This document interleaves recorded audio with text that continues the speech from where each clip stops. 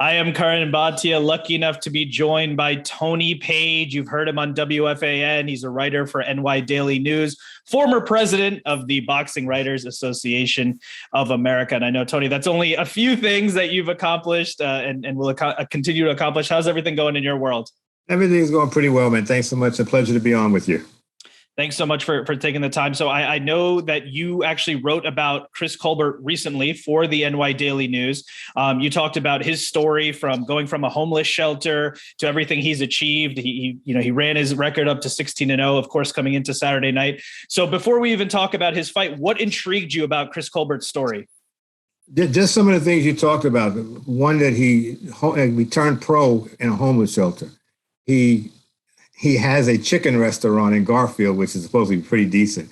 He's a supporter of people with autism, and you don't get those kind of I don't know if I want to say hobbies, but you don't get that from a lot of fighters. Strictly boxing and nothing else. But he's into these kind of things. He talks a lot. But the sad thing is, as Muhammad Ali said years ago, it ain't bragging if you can back it up. And he did a lot of bragging, and he couldn't back it up. Which is, I'm sorry for him, because I feel really sorry for him, because he was supposed to fight for the championship, and the champion comes down with COVID, the times we live in, and he takes a fill-in and gets beat. And I can understand, maybe not the same focus, but in this business, you lose a fight like this where you're right on the precipice of fighting for a title, your career goes back at least a year.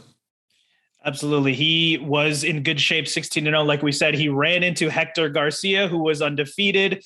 And Chris Colbert just didn't have it on Saturday night. He lost almost every round on every scorecard. He got knocked down in round 7. So watching the fight, we know it was a late minute replacement opponent, but Colbert just couldn't get it started. What do you think happened there physically for him in the ring? I think it happens to a lot of young fighters. They don't have a plan B. Mike Tyson had that famous line that everybody has a plan until they get hit in the face. The rest of that sentence should be, okay, so I got hit in the face. What do I do now? And a lot of these guys, they don't, if you're brawling with a brawler and you're getting hurt, well, then you got to change tactics. It's not working, so you box, and vice versa. But I think a lot of these young fighters, they know how to fight one way, and if something's going wrong, they're out of luck. They don't know what to do. So they keep doing what made them successful the past 16 or so fights, but it's not working tonight. And that was the case for him. It was definitely a shocking loss for him, and he has to go back to the drawing board. I'm sure he's going to change some things up. As you said, he's definitely an inspirational character from where he came from. He fights for autism awareness. We could see that on his trunks. I wanted to also ask you about the general state of boxing and a couple other big players. Of course, the top pound for pound fighter we all know is Canelo Alvarez. Recently, there was the Canelo sweepstakes. It seemed like PBC offered $100 million. That was the rumored amount for him to fight Charlo and Benavidez. He decided to go with Matchroom in the Zone for a 2 to 3 fight deal, Bivol and Triple G. So why do you think Canelo picked the fights and the deal that he did? And how do you see, I know you've been following the sport for such a long time, though, Canelo's influence here? It seems like a lot of people, are waiting to try to get that sweepstakes and they wait for him to fight and who he's going to fight, and then they decide what they're going to do next. So his kind of sphere of influence here. It's the same with Leonard, Tyson, De La Hoya, Mayweather. You may not be able to beat him, but you will get paid very well. So you try to jump the line, take me next. And I think he made the right deal by going to the Zone. I don't know about fighting a Russian right now, the climate that we're in. But I think, you get that opportunity, to fight the guys from PCB. It's okay. But everybody wants to see Canelo. They want to see him fight the best. And I got a problem with him fighting Triple G for the simple reason that fight should have happened about 2-3 years ago. So he's 40 years old, and he could say, "Well, I finally fought him for the third time." But they all realize he's the golden ticket. He's the guy that's gonna make them the most money.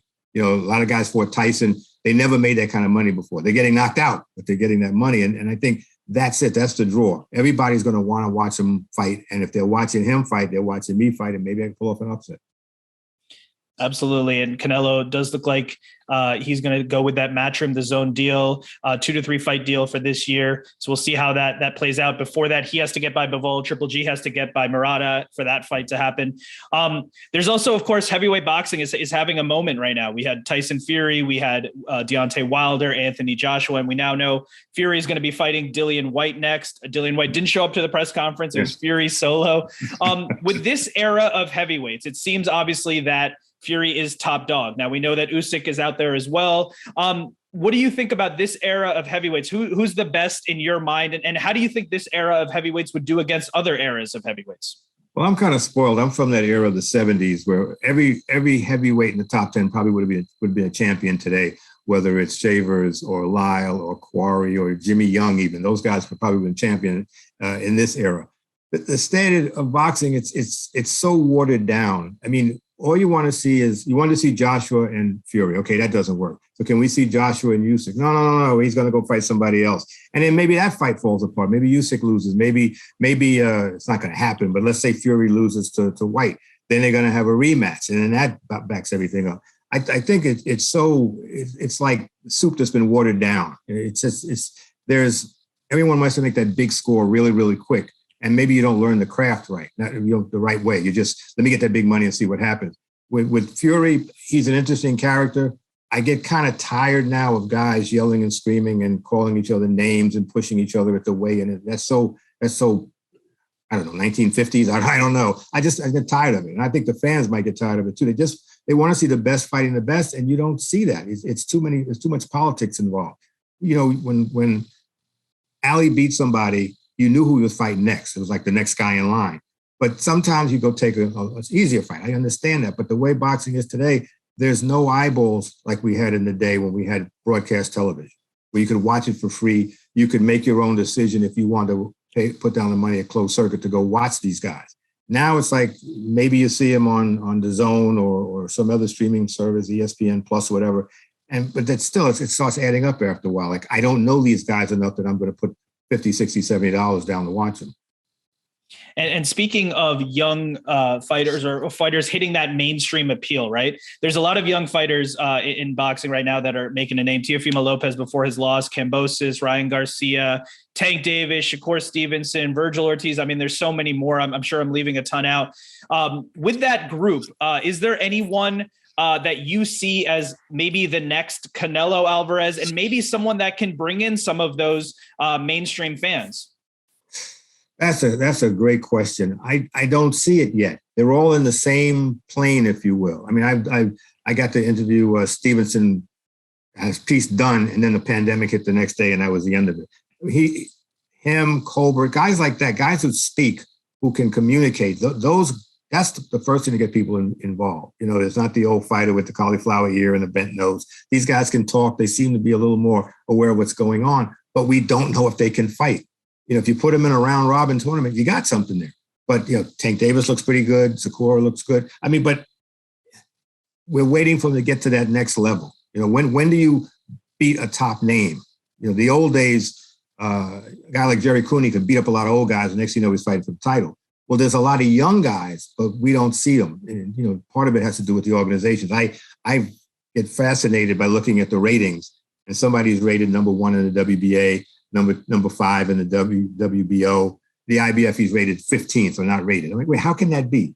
How can the discrepancy be that big? But that's been going on for years, and I don't know when that's going to change.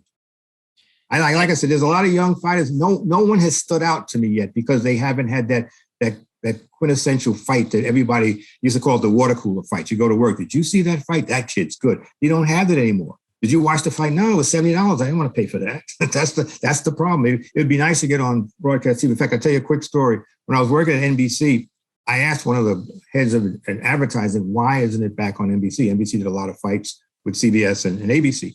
And he said, we got tired of being like shook down. It's like we'd have a fight. There's a big fight coming up in 3 weeks. We promo it forever. You know, we'd interview the fighters on other shows and couldn't wait. And then like 3 days before the fight, a guy promoter called up, said he sprained his ankle. He won't be able to fight. Oh my God, what are we going to do? Short notice. He said, well, for another $25,000, his ankle will be okay. So that right there. And then that's when the guy said, that's when we decided to do the skins game, the golf tournament, because nobody's trying to shake us down. There's money to be made. It's in a beautiful setting. We don't have to deal with that kind of nonsense. And boxing shot itself in its own foot with that kind of nonsense. That's a great story. And you definitely highlighted some of the issues with the sport, fragmentation, of course. the high cost of fights, it seems like pay-per-view is actually becoming more and more of a thing, unfortunately for boxing fans. You talked about some young fighter or whoever that is capturing that imagination of the mainstream, right? That's going to be key for boxing's popularity. One thing that boxing's definitely doing well is now we're seeing the elevation of women's boxing. We know Amanda Serrano versus Katie Taylor on April 30th in New York. That's going to be a massive event, getting the headline and the spotlight it deserves. The promoter for that fight, on one side, of course, we have Eddie Hearn's Matchroom. On the other side, we have Jake Paul. And I wanted to ask your opinion on YouTubers and other people from other walks of life coming into boxing. We know Logan Paul fought Floyd Mayweather. Is that a good thing or a bad thing in your mind? Because obviously they are bringing a different type of mainstream audience, and that does add to that water cooler effect that you mentioned. If they want to come in as a promoter and give these fighters a lot of money and a lot of promoting and marketing and all that, that's great. But these guys are coming in to fight. I mean, quote unquote fight. It's like, that's no, when people say I'm a YouTuber or I'm an influencer, I'm like, oh, please stop. It's like, you're going to go beat up an ex-NBA ball player, or you're going to beat up some NFL guy. That I don't, remember when, it might be before your time, George Foreman fought 5 guys on one card. I think it was in Toronto many, many years ago. That's about as freakish as boxing ever got. Well, I stand corrected when you bring all these guys in who think they're fighters. It's, you don't play boxing, as somebody once said. It's a dangerous sport. I've been at fights when guys died, and you have to take it very seriously. If you want to promote these fights, like I'm glad Amanda Serrano and Katie Taylor, that's a hell of a fight. I'm doing a piece on Amanda already for the Daily News, and I spoke to a friend of mine just a few minutes ago. He's covers the pay-per-view industry, and I asked him, is the pay-per-view industry interested in women boxing? He said they would be if they'd had a big fight. This one's you can't do pay-per-view on this one, but he said the people in boxing are not building up the fighters the way they used to. And he mentioned broadcast television. You want to get eyeballs to watch a fight where you can't tell them, just trust me, this is $70, you'll enjoy yourself. Well, not really. I used to kid him and say, why don't you just pay me $25 so I can watch the main event? I don't have to watch nothing else. Just get to the main event, I can move on. But they won't do that. It sounds like you need to be in the corner office at some of these places. That's a good idea. The variable pricing. Yeah. If you tell me, it's $100 to watch some fight, but it's $45 just to watch the main event, just turn it on as the bell rings. I'm happy. I remember years ago, I'll show my age, when the NBA was on ABC the first time, they would play at 2:00 in the afternoon. And when they came out of black, you'd see Bill Russell and Willis Reed walk in the half court to shake hands. That's it. No, they told you if anybody was hurt in the first 2 minutes of the broadcast. They didn't go on television until the first break. Just get to the action. So if you do that in boxing, I think you find a new revenue stream of people like, I don't have to watch, here comes so-and-so walking into the arena with a hat that's on backwards. That's okay. And I wanted to ask you about, you were on WFAN for so many years, as we spoke about, doing overnights. And there was a lot of other folks at the station. There's Mike and the Mad Dog, so many others. But a lot of the conversations throughout the day, which is understandable because it's New York sports radio, and for the reasons we talked about, were Giants, Jets, Mets, Yankees, of course, all of this. But when boxing does hit, I mean, it is really something special. Did other people at the station follow boxing? It felt like the one guy who would talk boxing is you. Did other people follow it? Did they not get as many calls about it? What was the reason we maybe didn't hear boxing more at other places on WFAN in your mind? They don't follow it as much. And one thing they didn't like is if you said, I think Sugar Ray Robinson is the greatest fighter of all time, you get 9,000 calls right after that. No, he's not. Yes, he is. No, they didn't want that. I remember, I still remember like it was yesterday when Lewis fought Holyfield in the Garden. It was the draw, which everybody knows Lewis won. I had Arthur McCanny Jr., the referee, on to talk about, which I thought was pretty good. I got a nice bump in the paper, but I'm only on once a week at that point. So the next week I come on, St. John's is in the NCAA tournament. They lost in North Carolina. I had Dick Weiss, who would become a Hall of Fame basketball writer for college. At 2:00 in the morning was going to talk about St. John's. I come on at 1. I get nothing but calls from the fight a week before, which I thought was kind of odd.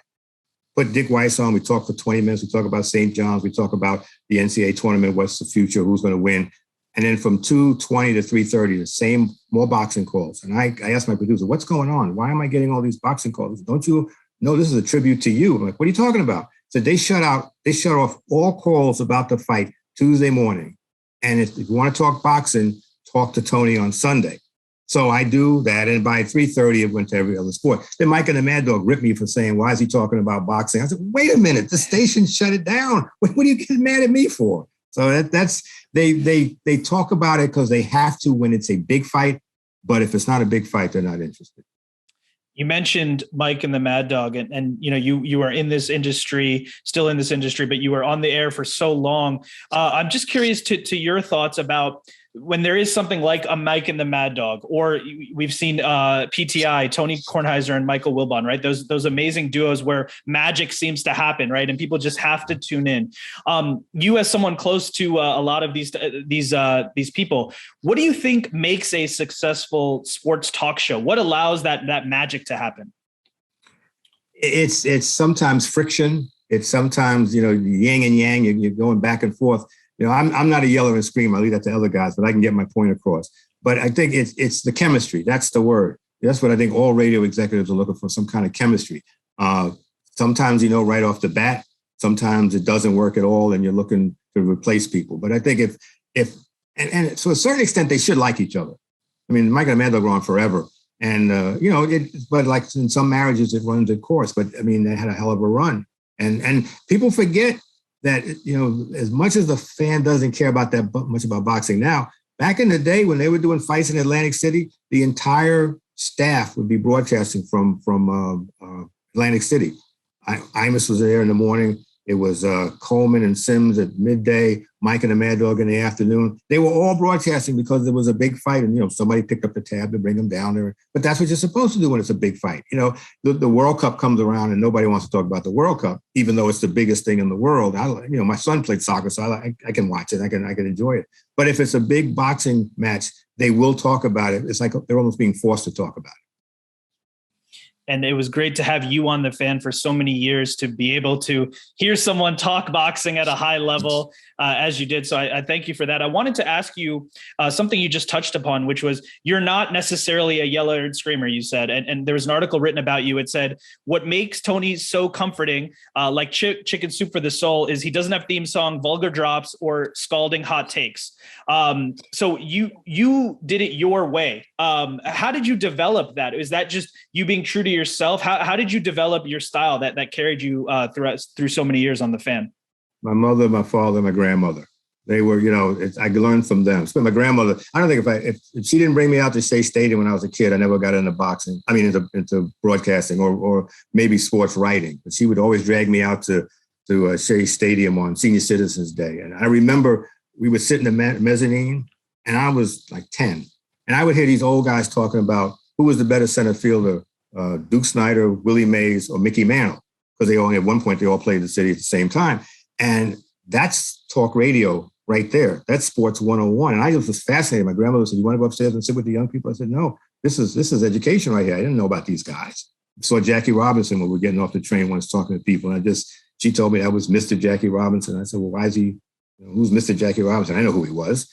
She said, he's the first colored man, her words, first colored man to play pro baseball. My grandmother must be losing it. Baseball been around for 100 and some years. He must be 200 years old. She said, no, colored man couldn't play baseball until 1947. I said, well, why is that? She said, because he's colored. And that makes no sense. She said, exactly.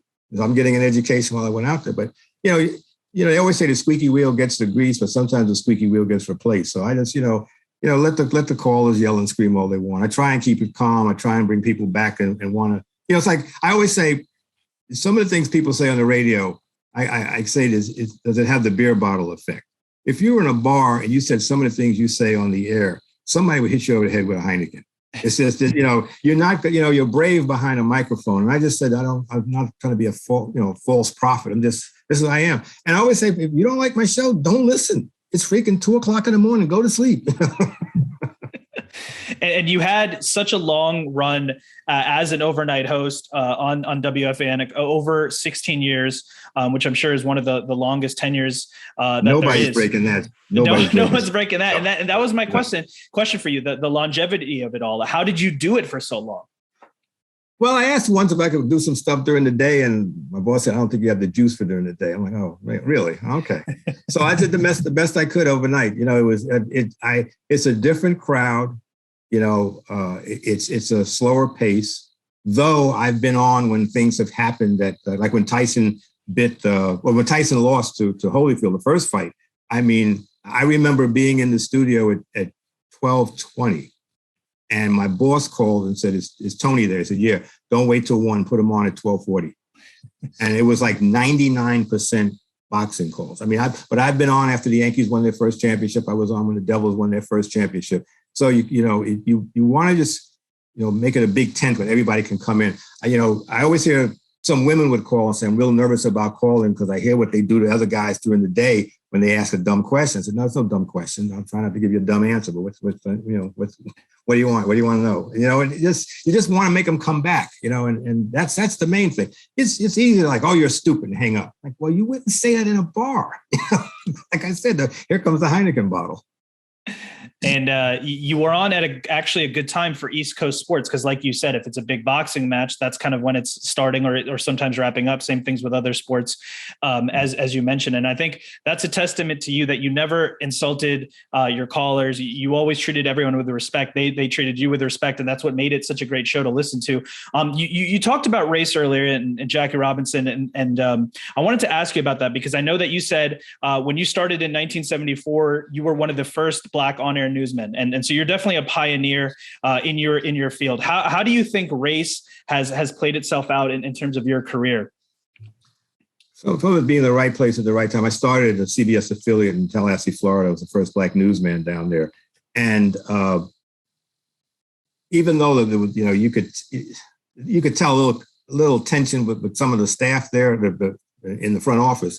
The people I work with, the news guys, we were like 3 of us. We got along fine. And after a while, they really, they just left me alone, because I was doing a good job, and plus when I started to break some stories that nobody else had, that helps even more. So you have to know what you're doing. And it's always difficult because,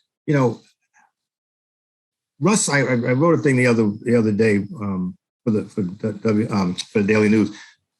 The reason I got started at the Fan is I was president of the New York Association of Black Journalists. I talked to Russ Salzberg about we were giving an award to one of the people that worked at the station. And we always talked on the phone, but never in person. I met him at a Nick Media Day. And he said, hey, man, give me a call tonight because the Fan's looking for somebody. I said, what? They're looking for a minority update person. I don't want to do that. They said, well, are you interested in how the interview process is held these days? And that intrigued me. Just to see, is it BS or is it real? So I went there and I guess as advice for all people out there. I talked to my boss for 20 minutes. We never talked sports. We talked politics, crime, religion, marriage, medicine, whatever. And the Super Bowl, this was a Friday, the Super Bowl was that Sunday. I said, man, I better talk about I think it was the 49ers were playing. And I said something about the 49ers. I said, stop. I said, you're not an update guy. I said, okay, then what am I? I said, you're a host. I'm like, all right, fine. What does that mean? And he said, I might have something for you. That's famous last words when he wants you to leave. Oh, great. Call me, sure. And he called me and said, look, I'm going to give you 2 shifts as a tryout. If it works, I hire you. If it doesn't, I won't. And my motto has been, give me a chance to fail. That's all I mean. Don't put me in the game with, I'm replacing somebody with 2 strikes and I have no bat. It's like, what? I got no chance. Just put me in. If I fail, I mess up. I'm not, that's the way it has to be. And race, you don't see many of us, guys that look like me. I've always tried to be a role model for people who look like me, but also a role model for people who don't look like me. Because, I've got enough calls on the Fan. Can I ask you something? Sure. Are you Black? Yes, I am. Mm-hmm. Last time I checked, what can I do for you? It's like, you just got to roll with it. Some people, they'll call you the N-word and hang up. And I'm like, you couldn't even see. I'm like, wait a minute, at least talk to me. Now you just think any coward can do that. Maybe I could change your mind. But that's if you put up with stuff like that. Like I said, you don't see many guys that look like us. I think in the history of the Fan, I think 5 Black people have had full-time positions. And I worked 19 overall, 3 part-time, and then 16 full-time, and even worked at ESPN Radio for a short period of time. So it's. I found my niche and I was happy with it. And I knew it was time to go. And A lot of people hang on to, they won't let go of the microphone, but I knew when. No, and I keep saying over and over, nobody asked me to leave. I wasn't mad. I didn't get my way, and so I'm storming out. No, it was time. I thought I was doing a good job. I just didn't want to do something else. Certainly were a pioneer, and you had a fantastic career at WFAN. With the race conversation that we're talking about, I'd be curious to your thoughts on Brian Flores, the former coach of the Dolphins, now an assistant coach for the Steelers. Of course, his lawsuit against the NFL. What is your perspective on the whole situation? No one wants to go to depositions on this one because this will be a blockbuster. I think the number one thing you have to look into, and people aren't really paying much attention, is not so much race. You mean to tell me you had two owners that were going to give you money to lose? Did anybody talk to FanDuel and the people who bet and all that kind of stuff? Like, wait, what are you doing? That's going to be a big story. But I think, you look what happened with Eric Bieniemy is supposed to be this hotshot offensive coordinator. He's still with the Chiefs. Brian Leftwich still with the Bucks. Raheem Morris still looking for a job. Todd Bowles still looking for a job. And then I wrote a story in the Daily News just last week that this idiot of a coach at Grambling, Hugh Jackson, decides to hire Art Briles. I'm like, did you not read what he's accused of? All these football players are sexually assaulting women, and you didn't know what was going on. I'm surprised he lasted that long at Grambling because he was hired by the Hamilton Tiger Cats in the CFL. I think he lasted 4 hours. The backlash was like, what the hell? No, we can't hire this guy. I'm sorry, but I don't mind guys getting a second chance. You don't deserve a second chance. And with all this going on in the NFL, you mean to tell me Hugh Jackson, who's been a coach in the NFL, you couldn't find a young black kid that wants to be an offensive coordinator and give him a chance? The whole thing is going on in the NFL, but you're going to bring in this flawed doofus of a coach? Excuse me. It's I really appreciate your perspective, and you certainly nailed it on the head right there. Just two quick questions before I let you go. You've been very generous with your time. What does life look like for you now? I know you're retired from WFAN. I believe I read you're a cancer survivor. I know that you've also said you want to write a book. So what is life for Tony Paige now? Well, I got a book. It's my agent's had it for a little while trying to find the right publisher. So, I want to do a boxing book. That's the next thing I really want to work on. But I don't miss being on the radio. Don't miss the overnights, to be honest with you. But I don't miss it. 16 years was a good run. I had a good time, a lot of good. I think one thing I'm so happy is David. I covered the NBA for 3 years back in the early 90s, and David Stern, the commissioner, was my first guest. And so he's retired, and I got in touch with him and said, you got to come on. You're my first, you got to be my last too. He said, I'll come on. Because he told me when I got the job at the Fan work, he was like so happy for me. He said, well, what time? We're Sunday morning from 1 to 6 in the morning. He looked at me and said, Tony, I love you, but I ain't coming on at 2 o'clock in the morning. And so you go in the office and you tape stuff like that. But I don't miss that. The writing with the Daily News is something, in fact, I looked at my files. I've been writing at the News since 96.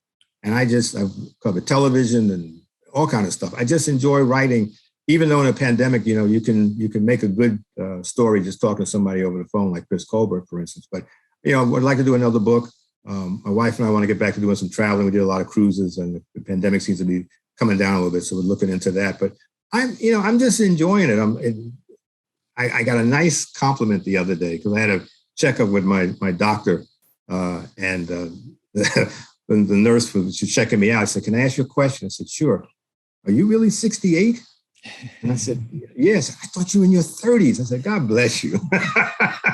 That's BS, but that's nice BS. I just, I just squeeze as much out of life as I can, whether it's, do more writing or, I used to do a lot of boxing for international TV. That doesn't happen anymore, but that's fine. I had a nice run, and I'm happy. I got no complaints. And you had a wonderful career. You continue to, and I'm excited to see what you do next with your next book and your next project. Finally, just to wrap it up, I mean, we talked about your fantastic career, and I think a lot of it was you had to put yourself in positions for success. It wasn't like the doors were just wide open for you. You had to put yourself there. So I was just wondering if you had any words of wisdom or advice to anyone who may be listening and wants to follow their passion, wants to follow the thing that makes them happy, that gives them purpose, with everything that you've achieved. What would be your words of advice? You mean in sports or? Just in sports or just in general of following the thing that you really want to do. I mean, you were clearly passionate about talking sports and you were able to make this great career and life out of it. So, whether that person listening is into sports or whatever their passion is, any advice for someone to just kind of get up and go for it? We talked about it at the very beginning about plan B. You have to have a plan B. My high school yearbook said I wanted to be a professional athlete and a writer. So I switched the words. I ran a couple of marathons in my life, but I became a professional writer. Always have a plan. And I'll give you a quick story. When I went to Florida A&M University for a year, I wanted to write sports. And I walked into the editor's office and I said, I'm Tony Paige, New York. Hey, I know sports. He said, well, the sports department is filled. I need somebody to write a story on the sociology department. I'm like, sociology, damn. I said, all right, how long, when do you want it? And I did it. And so it came back and when it printed, he said, you're going to be a writer. I said, you can tell just by that one story on sociology, which wasn't that good. He said, you know how many people come in here and say they want to write movies, sports, review books, poetry, that type of thing. And when I tell them I need something on the pharmacy department or something like that, they turn around and never see him again. You came back, you're going to stick with it. So have a stick-to-itiveness. You may want to be a boxing writer, but there's nobody's hiring boxing writers. So maybe you know how to cook, follow cooking. Maybe you want to be a mechanic. You always have plan B. Maybe you want to be a car salesman, but you want to be a mechanic on the side. Have one job fuel the other, or have one job fuel your dream. But don't give up. I thought I'd be playing second base for the Mets, and it didn't work out. So. Selfishly, I'm happy that didn't work out because that meant that we got to listen to you on the air for so many years. Tony Paige, I want to thank you so much for breaking it down, for giving us the advice. Congratulations on everything you achieved, and hope to talk to you soon. Sure, anytime. My pleasure. Thank you so much.